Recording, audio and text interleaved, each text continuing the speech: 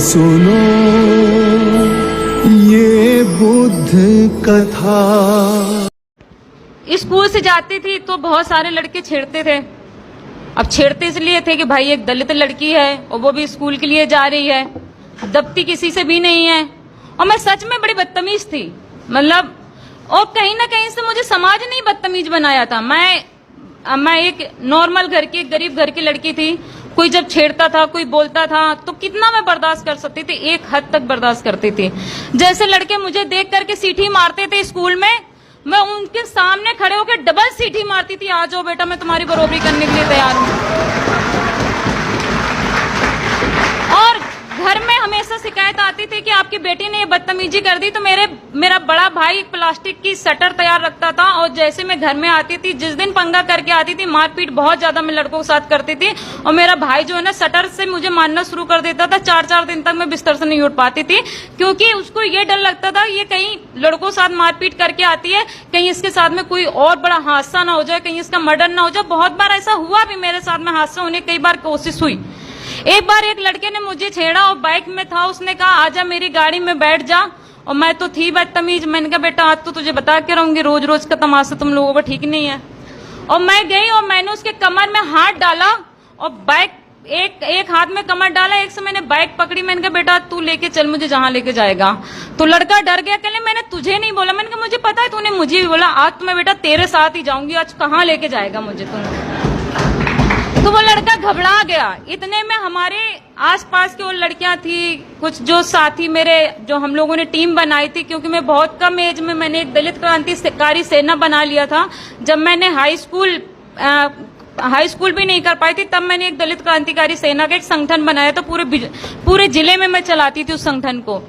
और मैं उस लड़के के पीछे पड़ गई, आज तो मैं तेरे साथ ही जाऊंगी। वो लड़का माना नहीं, लड़का डर गया और मैंने उसको ऐसा मारा, मेरे साथ साथ कई सारी लड़कियों ने उसको मारा इतनी बुरी तरीके से। मुझे पहली बार ऐसा महसूस हुआ कि मैंने तो 2-4 ही मारे हैं, लेकिन लड़कियों ने उसको भूसा बना दिया था। ये पहली आवाज उठी थी, मतलब मेरे कस्बे से। और एक बार मेरे प्रिंसिपल साहब जब यहाँ पर आए, दिल्ली महिला आयोग के ऑफिस में आए, तो रो के बता रहे थे कि बिटिया जिस दिन से तूने वो कांड किया, आज उस दिन से लेके आज तक किसी लड़के ने किसी लड़की को छेड़ा नहीं। तो मैंने जाति प्रथा के खिलाफ लड़ाई लड़ी, मैंने पर्दा प्रथा के खिलाफ लड़ाई लड़ी, और जो महिलाओं के साथ में अत्याचार हो रहे थे उसके खिलाफ लड़ाई लड़ी। और जब गांव से निकली तो मेरे साथ में कई सारी लड़कियां जो स्कूल आज जा रही हैं, आज पूरा का पूरा गांव की बच्चियां स्कूल जाती है। कदौरा जो 8 किलोमीटर दूर पे पड़ता है, सारी बच्चियां स्कूल के लिए जा रही हैं। वो मेरे लिए बहुत बड़ी बात है। इतनी गरीबी हालत में मैंने स्वयं सहायता समूह का काम करती थी, गांव-गांव में जाती थी, संगठन बनाती थी, महिलाओं को जागरूक करती थी। और मैं आपको एक बात बताना चाहूंगी, जागरूक करने का एक नतीजा ये भी रहा कि जब मैं उनको समझाती थी कि ये हमारे साथ में ऐसा होता है, महिलाओं के साथ ऐसा अत्याचार होता है, तो एक महिला के साथ में एक खेत में एक हाई कास्ट के बंदे ने उसके साथ रेप करने की कोशिश की। तो वो आप बिलीव कर सकते हो, वो कहीं ना कहीं से वो आग महिला के अंदर जो मैंने भरी थी, उसने हंसिया से ही उसकी बॉडी का पार्ट काट दिया। वो सबसे बड़ी मेरे लिए खुशी की बात थी। और वो बंदा कम से कम 3-4 महीने हॉस्पिटल रहा, आज तक भी वो संतुलन नहीं है उसका ठीक से, क्योंकि उसका पूरा शरीर ही खत्म हो चुका है। तो मैंने स्वयं सहायता समूह का काम किया, LIC का काम किया, सहारा का काम किया। और मैं स्कूल से निकलती थी, स्कूल से छुट्टी होने के बाद में हर दुकान जा जाके कहीं से 5 रुपया, कहीं से 10 रुपया, कहीं से 20 रुपया ले लेकर कलेक्शन करती थी। और जो कमीशन मिलता था, मैं उस कमीशन से मैं खुद पढ़ाई करती थी, अपने भाइयों को पढ़ाई कराती थी और अपने घर का गुजारा भी करती थी। घर वालों ने बहुत रोका, लेकिन मैंने कहा मैं रुकूंगी नहीं। और मैं आपको 1-2 चीजों का नतीजा बताना चाहती हूँ कि मैंने राजनीतिक क्षेत्र में क्यों कदम रखा। मेरे साथ में मेरे एक रिश्तेदार हमारे घर में आए थे, तो 8-10 दिन से लगातार हमारे घर में थे। जैसे शशि जी ने कहा कि 80% केसेस जो महिलाओं के साथ में घटते हैं या बच्चियों के साथ में घटते हैं, लड़कियों की बात नहीं करते हैं, लड़कों के साथ भी घटते हैं, वो उनके परिवार के, रिश्तेदार के, आसपास के लोग होते हैं जो बच्चों के साथ में ऐसी घटनाएं होती हैं। तो मैं छोटी थी, 6वीं 7वीं क्लास में थी, इतना मुझे समझ में आने लगा था अच्छा क्या है बुरा क्या है। तो मुझे वो बंदा अच्छा नहीं लगता था, तो मैं अपनी मम्मी से बोलती थी, मम्मी आप ना इसको घर से बाहर इसको हटा दो, मुझे अच्छा नहीं लगता ये आदमी, आप इसको बोलो कि ये यहाँ से जाए। तो मम्मी बोलती थी नहीं नहीं, तुम्हें ऐसा लगता है कि तुम्हें चूल्हे में 4-5 रोटी और एक्स्ट्रा बनानी पड़ती है, इसलिए तुम ऐसा बोलती हो। और एक दिन नतीजा ये हुआ कि मैं सो रही थी और सारे लोग एक साथ में सो रहे थे, मैं किनारे में सो रही थी, वो बंदा मेरे पास आया, मुझे बुरी तरीके से चपेट लिया, मेरे मुंह से मुंह लगाया हुआ था और मैं चिल्लाने लगी। और मैंने अपनी माँ से बोला कि ये मेरे साथ गलत करने की कोशिश कर रहा था। मेरी माँ ने बोला कि अपनी आवाज यहीं दबा दे। ये हकीकत है और ये ऐसा होता है कि अगर लड़की आवाज उठाएगी या हमने अपनी लड़की की आवाज उठाई तो हो सकता है कि इसका रिश्ता ना हो, इसकी शादी ना हो। और मैंने पूरी कोशिश की, नहीं मम्मी बहुत गलत हुआ है, ऐसा नहीं होना चाहिए और इसके साथ में एक्शन होना चाहिए, कोर्ट कचहरी, मुझे पता नहीं था। लेकिन मेरी माँ ने बोला और उसने बोला ये तो मेरी बहन की जैसी, मैं ऐसा कैसे कर सकता हूँ इसके साथ में, मैंने तो इसके साथ ऐसा कुछ किया ही नहीं है। और वो उस बात को पलट गया। मेरे लिए वो सबसे बड़ा शॉकिंग न्यूज था। 7-8 महीने मैं ट्रॉमा से गुजरी। एक गांव में और भी ऐसे ही एक बड़ा आदमी था, हमारे गांव में आता जाता था, उसने भी एक बार मेरे शरीर पे हाथ लगाया और बुरी तरीके से लगाया। तब भी मैंने अपने माँ को बोला, माँ इसने मेरे साथ ऐसा किया है और मैं तो हंगामा मचाऊंगी पूरे गांव में। तो मेरी माँ ने बोला आवाज बंद कर दे, नहीं तो हम इनके यहाँ पे मजदूरी करने जाते हैं, हमारी मजदूरी नहीं होगी, कल के लिए तेरा रिश्ता नहीं होगा और बहुत प्रॉब्लम क्रिएट हो जाएगी, तेरे भाई और बाप को मार दिया जाएगा जान से। तो बिलीव नहीं करोगे मैं इतना ज्यादा डिप्रेशन में चली गई कि 7-8 महीने बाद एक बार मेरी माँ ने मेरे से कुछ बोला तो मैंने अपनी माँ के ऊपर अटैक कर दिया और बुरी तरीके से मैंने माँ को मारा अपने।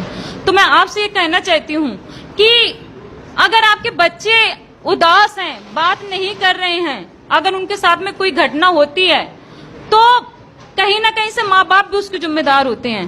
माँ बाप खुल के बात नहीं करते बच्चे से। स्कूलों में देखा होगा आपने, अपने घर परिवार में देखा होगा, अगर बच्चा स्कूल से आ रहा है, पढ़ाई नहीं कर रहा सही से, अगर बच्चा टेंशन में है, बात नहीं कर रहा, खेल नहीं रहा है, तो माँ बाप का कर्तव्य होता है कि उससे खुल के बात करें और उनसे एक तरीके से दोस्ती जैसा रिश्ता कायम करें कि अगर आपके साथ में कुछ ऐसा होता है, कोई चॉकलेट देता है, कोई आपको अकेले जगह में अगर आपको लेके जाता है तो आपको उस बात को अपने माँ बाप को बताना है। लेकिन माँ बाप क्या करते हैं कि बच्चों से रिश्ता बहुत दूर बना लेते हैं। बच्चों के साथ में, छोटे छोटे बच्चों के साथ में रेप होता है दिल्ली जैसी जगह पे। लड़की के साथ में एक बार रेप होता है लेकिन समाज उसका बार बार रेप करता है और ये बात हकीकत है। जब वो कोर्ट में जाती है उससे पूछा जाता है कि तुम्हारे कहाँ पर हाथ रखा गया था, तुम्हारे कपड़े कहाँ पर थे, तुम किस स्थिति में थी, और बार बार उसका कोर्ट के अंदर रेप होता है। बात की लड़की खुद बोलती है कि मुझे केस लड़ना ही नहीं है, मैं अपना केस को वापस ले रही हूँ, मुझे नहीं चाहिए न्याय। और वो लड़की अपना केस खुद ही वापस ले लेती है। वो लड़की अपना केस नहीं लड़ती है, मना कर देती है कि मुझे ये केस नहीं लड़ना है। मैं आपको बताना चाहूंगी कि एक 8 महीने की बच्ची थी दिल्ली में, 7-8 महीने पहले की बात है। 8 महीने की बच्ची जो माँ नहीं बोल सकती, बाप पापा नहीं बोल सकती, उस बच्चे के सगे ताऊ के बेटे ने उसको गोद में लिया और गोद में लेकर के छत के ऊपर लेके चला गया। सबको लगा कि भाई खिलाने गया, भाई ये तो खिला ही रहा होगा बच्ची को, और छत के ऊपर लेके गया। जिसकी उम्र 35 से 36 साल की थी और बच्ची की उम्र 8 महीने की थी और उस आदमी के खुद के बच्चे 12-12, 13-13 साल के थे। उस आदमी ने बच्ची के साथ में रेप किया और वो बच्ची का पूरा शरीर खत्म हो गया। बच्ची 4-5 महीने हॉस्पिटल के अंदर रही और बच्ची लास्ट में मर गई। ये परिवार की घटना बता रही हूँ। तो इसलिए मैं आपसे कहना चाहती हूँ कि जागरूक होने की बहुत ज्यादा जरूरत है। लेकिन मैं आपसे कहना चाहती हूँ कि हर क्षेत्र में लोग कहते हैं कि महिलाओं ने तरक्की की है, अच्छी बात है और तरक्की करना चाहिए, और हर क्षेत्र में कहते हैं कि एनजीओ ने महिलाओं के लिए किया, ये किया, ये किया, रिजर्वेशन ये मिला है, ये ऐसा हुआ वैसा हुआ, सब कुछ ठीक है। लेकिन मैं आपसे ये कहना चाहती हूँ, वो किसी भी धर्म की हो या किसी भी जाति की हो, डॉक्टर भीमराव अंबेडकर जी ने, अगर आज मैं यहाँ पर बोल रही हूँ तो शायद कहीं ना कहीं डॉक्टर भीमराव अंबेडकर की देन है जो मैं यहाँ पर आज बोल रही हूँ। और उस चीज को हमें भूलना नहीं चाहिए कि डॉक्टर भीमराव अंबेडकर के रिजर्वेशन की वजह से आज हम यहाँ पर हैं।